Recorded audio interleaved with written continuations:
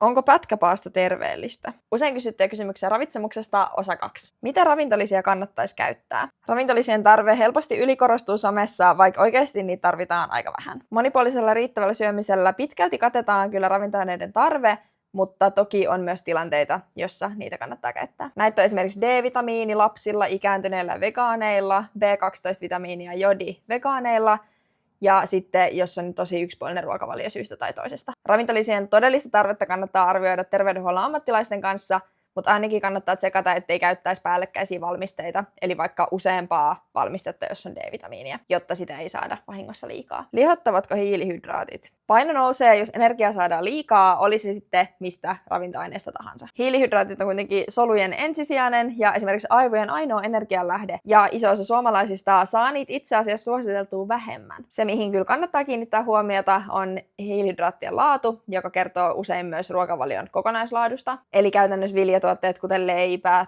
pasta, riisi, myslit, kannattaa arjessa valita täysjyväisenä, ja lisäksi marjat, hedelmät, kasvikset, palkokasvit on tosi hyviä hiilihydraatin lähteitä, joissa tulee myös kuitua ja tärkeitä suojaravintoaineita. Onko pätkäpaasto terveellistä? Pätkäpaasto voi toki tarkoittaa useita erilaisia toteutuksia, mutta mitään niistä ei ole oikeastaan todettu mitenkään erityisen terveelliseksi tavaksi syödä, ja ainakin niiden pitkäaikaisvaikutuksista tarvittaisiin lisää tietoa. Perusterveille aikuisille nyt siitä todennäköisesti ei ole haittaa, riippuen toki vähän toteutustavasta, mutta siinä pitäisi kyllä kiinnittää erityishuomiota siihen, että kaikki ravintoaineet saadaan riittävästi, jos syömisikkuna on pienempi tai syömiskertoja päivässä vähemmän. Ja kuten kaikissa muissakin ruokavaliokokeiluissa, niin tässäkin olisi tärkeää pohtia sitä, että pystyisikö itse noudattamaan tätä koko loppuelämänsä ajan. Lue lisää kysymyksiä ja vastauksia meidän blogista, ja jos sulla on vielä joku muu kysymys mielessä, niin kommentoi se ihmeessä tuohon alle, niin me sitten vastataan.